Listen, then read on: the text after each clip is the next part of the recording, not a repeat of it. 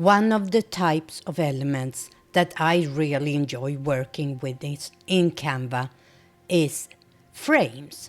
And today I want to share with you some fun things you can do with frames. Hejsan hej! I am PixelPia and welcome to Canva for social media. Today we are going to play with frames. And there are a lot of fun things you can do.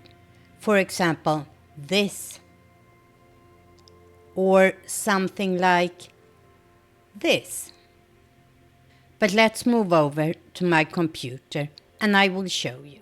Before we get to the examples I just showed you, let me show you what we are going to look at today. The first thing is this, and you might say, what's special with that? This is actually two frames. I have used the same frame twice. So let's add a new page here. The very first thing I did was I went to Photos and searched for gradient. And I added this as a background. Then we are going to Elements and searching for frames. In this case, I used this frame. To avoid my photos that I will put in the frames to end up in the background, I usually at this stage click the background and go up to the little padlock and lock that.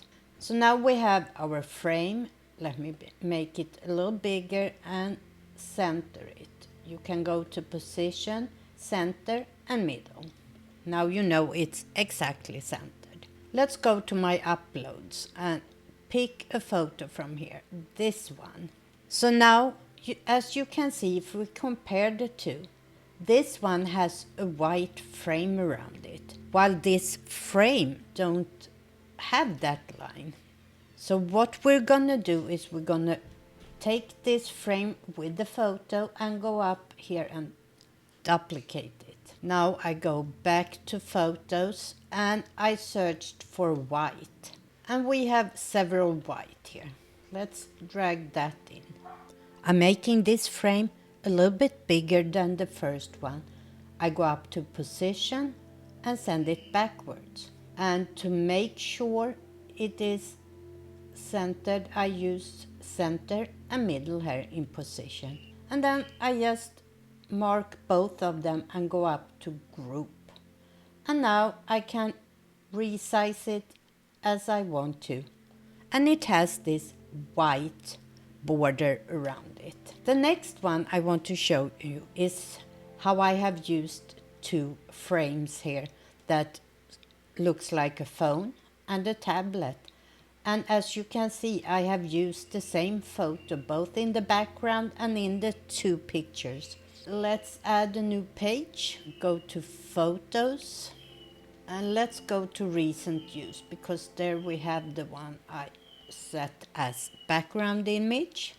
Go back to my elements and scroll down a little bit until I found the tablet and the phone here. And make sure they are at the same height by moving one of them. You see those little dotted pink lines when they line up.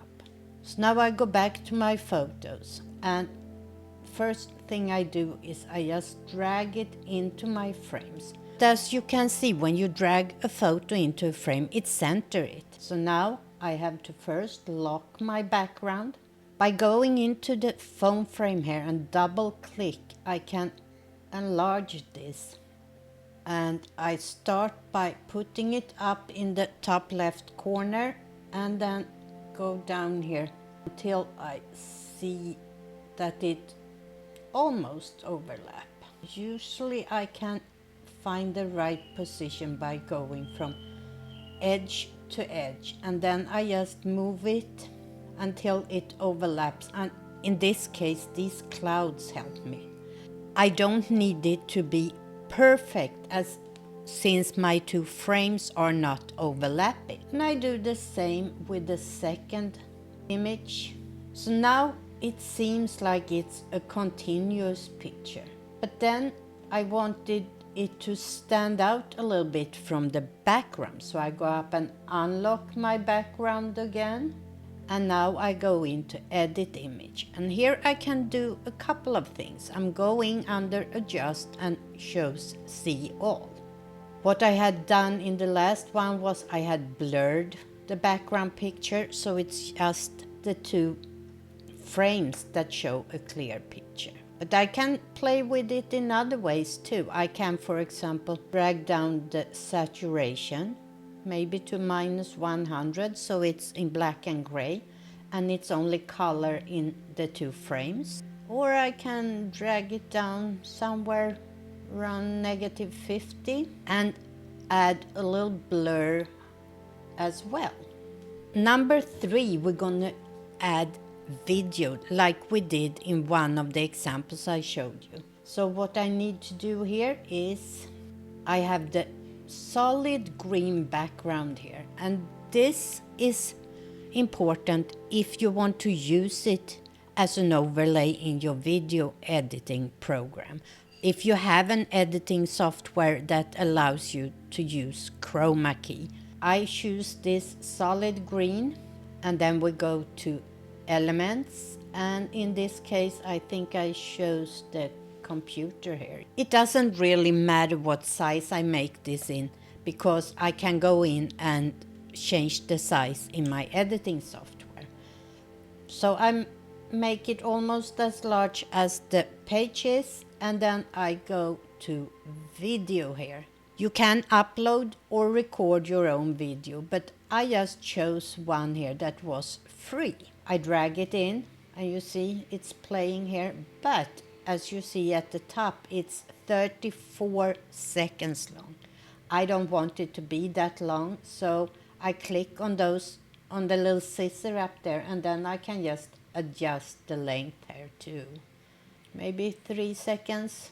Now I can download this, but one thing is important. Since this is now 6 pages in this, when I go to download, I want to choose just this last page, because if I download all of it, it will be a video that plays with all 6 images. So I just want this single page to be downloaded, and it downloads as an MP4. The same with this, but I did it in a different format. Here I have used a free subscribe button. So let's see how I did this.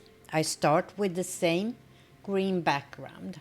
I then went to elements, went to frames, and I chose the phone frame.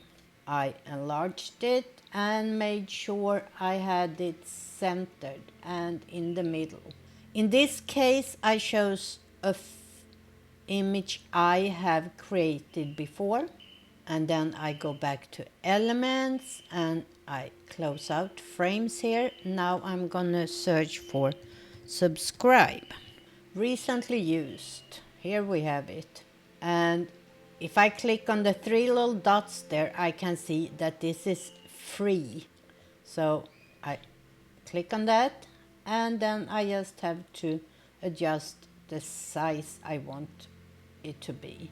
And you can see it's animated, so it's pulsating a little bit.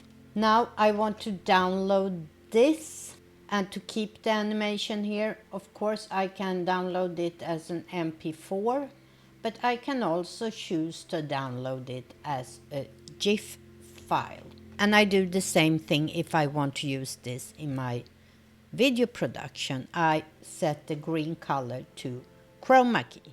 So that's how you can have fun with frames. The only limitation is your own imagination. If you are interested in using templates of other things, I have just started a digital store. And you can find that at store.pixelpia.com. And I have a link down in the description. Until next time, hej då!